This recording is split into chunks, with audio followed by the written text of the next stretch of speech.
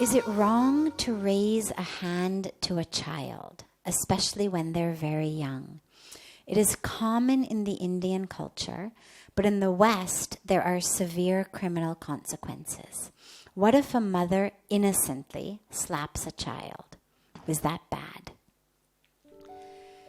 There are a lot of differences between Indian culture and Western culture, and as someone who came from the West and has embraced and been embraced by Indian culture, I'm always very, very careful and very hesitant about value judgments, about good, bad, better, not better. But in this case, I'm going to make a judgment. It is wrong to hit children for any reason, at any age. And I say that not as someone from the West of Western culture, but as someone who has spent a lot of years studying child development. And what we know is it doesn't work. Why do we do it? Let's look at why we do it first. We do it to discipline. We think I have no other option. I had to put this child in line. But what we find is it actually doesn't work. We get, again, like in the other example, at the very best, we get behavior modification. I better fold up my clothes or mom is going to hit me. I better not leave my jacket on the floor or I'm going to get hit. I better do the dishes or I'm going to get hit. Better not talk back or I'm going to get hit. So we get behavior modification. But what our world needs today, much more than obedient children, are awake children, are courageous children, are open children, are connected children, grounded children. That's what we need for our world. Because if they obey me today because they're afraid I'm going to hit them, tomorrow they get into a situation where someone else is pressuring them to do something, well, they're very likely to do it. Then what you end up with is you've created people who are just obedient.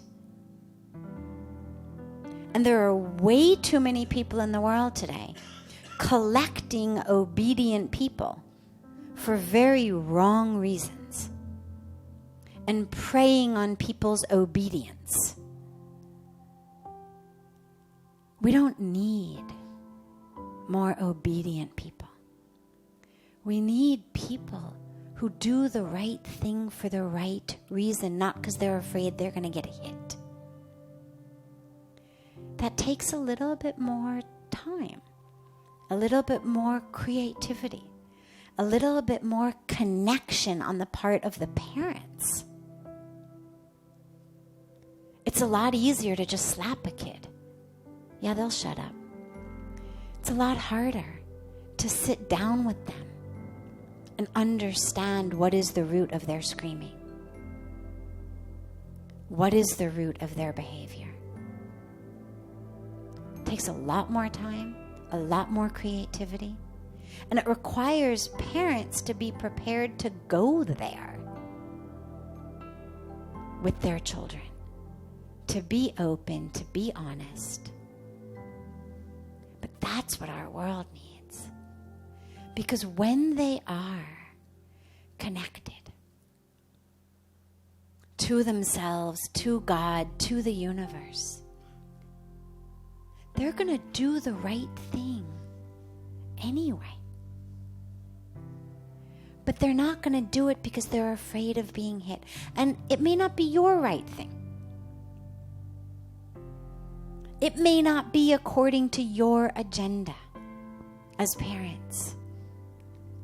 But it will be what our world needs. Because your agenda is based on how your parents raised you. So by the time you get around to raising your children, that agenda is already a few decades old. Our world is in a different place. So I do not believe unless the only possible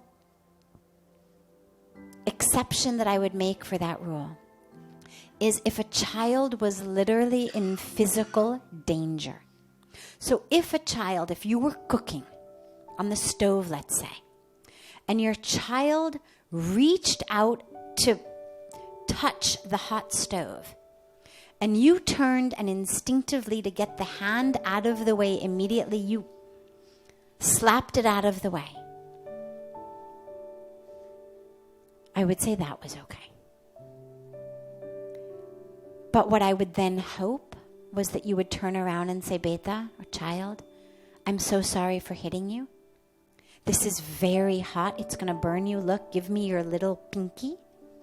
We're going to get close to it. We're not going to touch it. We're just going to get close and you're going to feel the heat. And so I had to hit you. But I hope I didn't hurt you. I would hope that we have that capacity. But it requires humility. And it requires the courage to look at how we were raised. As much as we love and respect and honor and adore our parents, to also understand that maybe they didn't necessarily do everything exactly right. Just because we turned out okay doesn't mean that it was all exactly perfect. Because that's what you hear a lot. We go through it in schools. We run several free schools. And what we went through in the beginning to get teachers to stop hitting students. And what we were told was, well, I was hit in school. I turned out okay. It's the only way to get kids to behave. No, it's not the only way to get kids to behave. It's the fastest way to get kids to behave. It's the easiest way to get kids to behave. It's the least creative way to get kids to behave. But no, it's not the only way to get kids to behave. And so we always, whether we're parents or whether we're teachers, to me, there is never an excuse, again, other than as the only option to prevent a child from harming themselves worse.